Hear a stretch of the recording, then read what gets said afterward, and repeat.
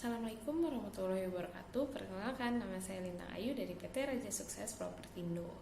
Oke, di video kali ini saya ingin membahas mengenai kegagalan konstruksi pada rumah sederhana yang goalsnya insya Allah berguna bagi teman-teman, khususnya dari divisi project dalam melakukan supervisi maupun melakukan perancangan rumah-rumah sederhana di PT Raja Sukses Propertindo ataupun untuk siapapun yang menonton video ini.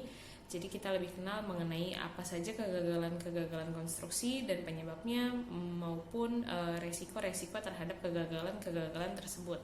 Oke, kita langsung aja membahas apa sih kegagalan konstruksi itu. Kegagalan konstruksi menurut PP nomor 29 tahun 2000 itu adalah merupakan keadaan bangunan yang tidak berfungsi baik secara keseluruhan maupun sebagian dari segi teknis, manfaat, keselamatan kerja, dan keselamatan umum sebagai kesalahan penyedia jasa atau pengguna jasa setelah penyerahan akhir masa pekerjaan konstruksi.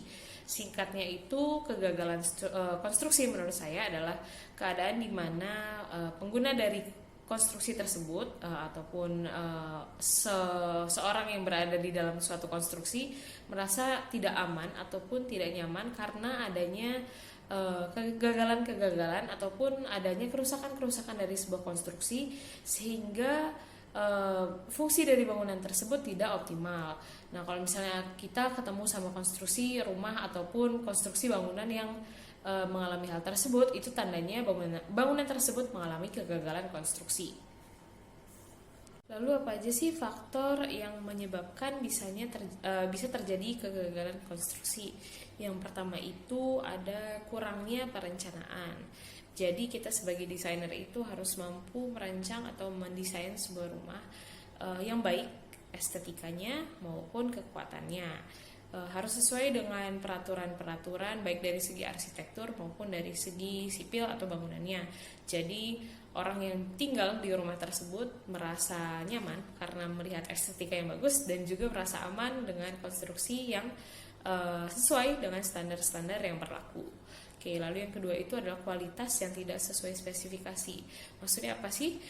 Maksudnya di sini misalnya di gambar teknik ataupun dari desainer itu udah menjelaskan kalau misalnya bangunan yang kita bangun harus menggunakan beton misalnya K250, tapi instead of menggunakan itu di lapangan misalnya menggunakan side mix, yang kita tahu semuanya dari side mix itu biasanya mutu beton yang maksimal bisa dicapai dengan metode side mix itu kira-kira di K125. Itu pun kalau misalnya tidak menggunakan treatment khusus, misalnya pasirnya harus dicuci untuk menghilangkan yang zat-zat organik seperti itu.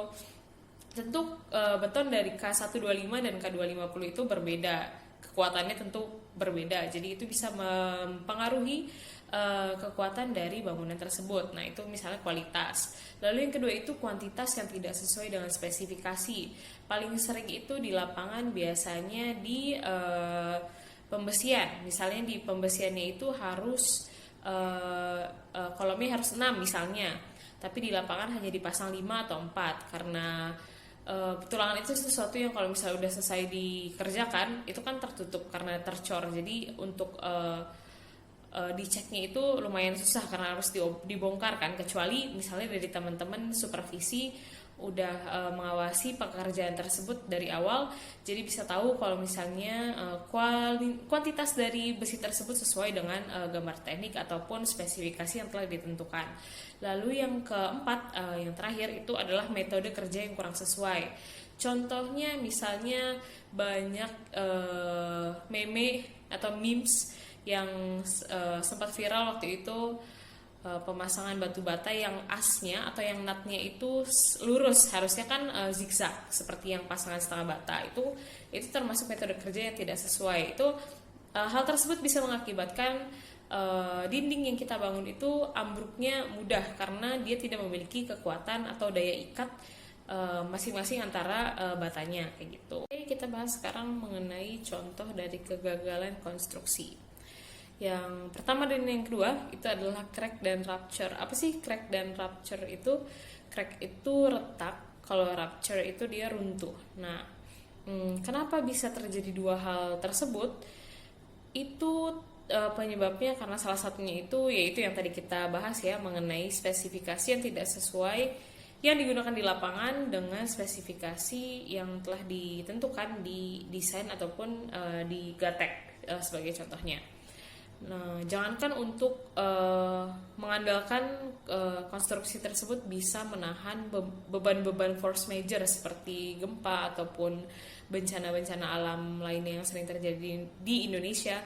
Untuk menahan beban layannya sendiri saja, beban layan normal misalnya dipakai sehari-hari gitu, bangunan jika tidak sesuai dengan spesifikasi yang telah ditentukan bisa mengalami crack ataupun retak, lalu kalau misalnya terus tidak dilakukan perbaikan bisa sampai runtuh atau rupture. Oke, lalu yang terakhir itu differential settlement. Differential settlement itu apa sih? Sebagai contoh yang mungkin teman-teman udah tahu, itu konstruksi Menara Pisa atau Tower of Pisa itu yang ada di Italia, itu adalah sebagai contoh besar dari differential settlement. Jadi differential settlement itu adalah suatu proses yang bisa terjadi ketika suatu konstruksi itu berdiri di suatu tanah yang belum padat. Nah, kalau misalnya diteruskan atau misalnya dilanjutkan nih, didiamkan saja gitu, tidak dilakukan treatment atau tidak dilakukan perbaikan tanah, konstruksi yang kita gunakan itu bisa miring, bisa retak, lalu bisa runtuh. Nah, kenapa Menara Pisa itu nggak runtuh-runtuh sampai sekarang? Karena proses pembangunan dari Menara Pisa itu lama ya, bisa sampai ratusan tahun kalau nggak salah saya baca. Nah, dengan penambahan beban yang sedikit demi sedikit, akhirnya settlement yang terjadi pun secara perlahan-lahan.